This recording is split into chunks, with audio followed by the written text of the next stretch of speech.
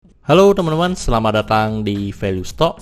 Hari ini saya akan membahas analisa fundamental saham auto kuartal ketiga tahun 2022.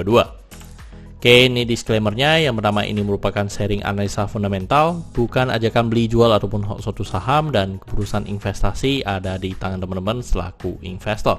Yang ketiga, dari analisa fundamental ini bisa dijadikan referensi untuk analisa saham-saham yang teman-teman miliki. Dan jangan lupa juga untuk melakukan analisa sendiri lebih lanjut ya teman-teman. Oke, kita langsung saja masuk ke bisnis model dari saham auto ini. Yang pertama, dari kegiatan usaha.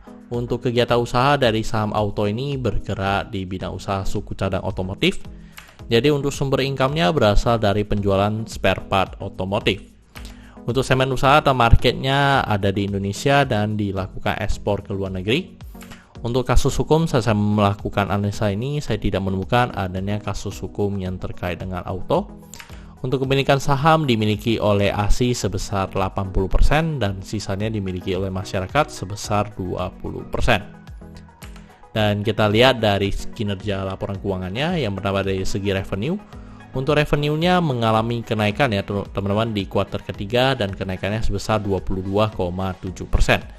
Dan saya asumsikan kuartal keempatnya memiliki kinerja yang sama dengan kuartal ketiganya, maka sampai akhir tahun akan mengalami kenaikan dari segi penjualan sebesar 18,4%. Terus dari segi net profitnya mengalami kenaikan yang cukup signifikan di 86,3%. Dan seperti tadi saya asumsikan kuartal keempatnya memiliki kinerja yang sama dengan kuartal ketiga, maka sampai akhir tahun akan mengalami kenaikan sebesar 81,4%.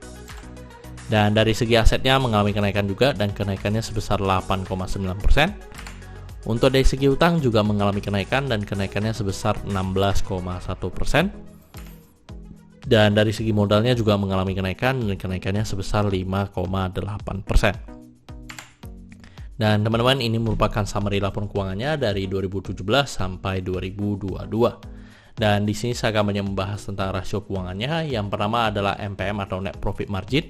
Untuk net profit margin dari auto ini di tahun 2022 sekitar 6,16%. Jadi net profit marginnya mengalami kenaikan sekitar 2% lebih ya teman-teman.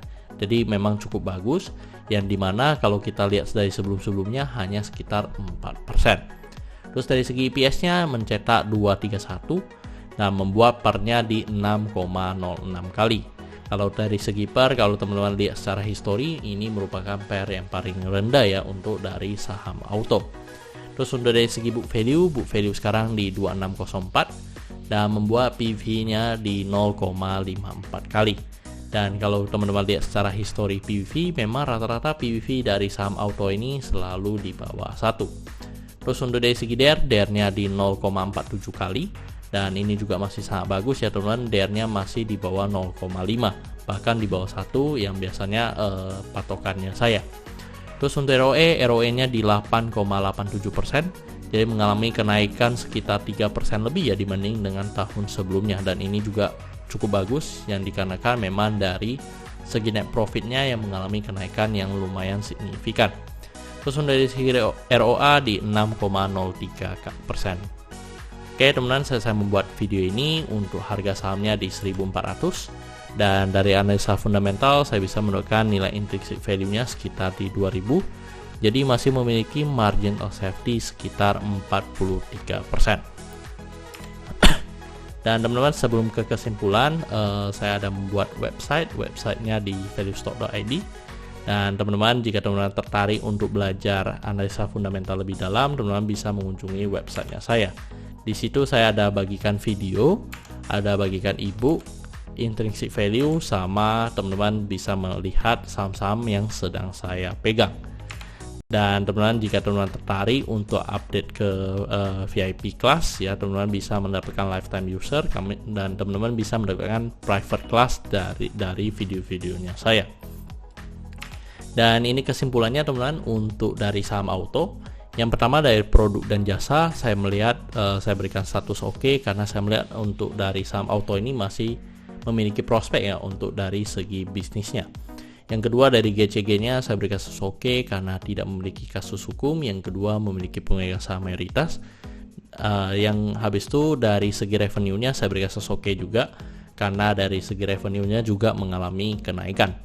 Untuk net profit-nya saya berikan oke karena cetak rekor ya teman-teman. Untuk net profit-nya dari segi net profit marginnya lebih bagus, dan dari revenue dibanding dengan net profit-nya juga secara persentase mengalami kenaikan yang lumayan signifikan. Terus untuk dari segi asetnya saya berikan oke karena mengalami kenaikan. Untuk liability saya berikan oke karena DER-nya di bawah 1. Untuk book value saya berikan oke karena harga jual sekarang masih di bawah harga book value-nya. Untuk sektor sebenarnya tidak ada hal yang perlu kita concern, jadi jika liability-nya oke, saya berikan status sektor ini oke. Untuk ROE saya berikan oke karena di atas 2 kali bunga deposito, atau sekarang di sekitar 7% ya teman-teman. Jadi saya berikan oke untuk dari saham ROE-nya. Untuk margin of safety-nya saya berikan oke karena positif. Untuk dividen saya berikan oke karena selama 5 tahun terakhir untuk saham auto ini sebenarnya lumayan loyal juga ya dalam membagi dividen. Oke teman-teman, jadi kesimpulannya adalah 11 dibanding 11. Dan pertanyaannya, apakah saya akan membeli saham auto ini? Sementara saya tidak ya teman-teman, karena saya sudah all in di saham-saham yang saya miliki. Jadi saya sudah tidak menambah kepemilikan saya di saham auto ini. Oke teman-teman, saya rasa cukup sekian untuk video kali ini. Jangan lupa untuk like dan subscribe.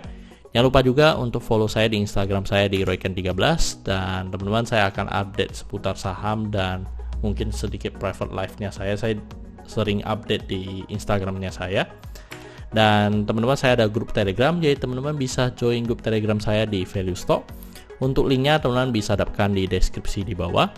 Dan seperti tadi saya ada buat website, jadi teman-teman bisa berkunjung di website saya. Untuk linknya juga saya tinggalkan di deskripsi di bawah. Dan jika teman-teman ada kode saham yang ingin saya buatkan analisa seperti ini, silahkan tinggalkan di kolom komentar untuk kode sahamnya. Oke teman-teman, see you in the next video. Bye bye.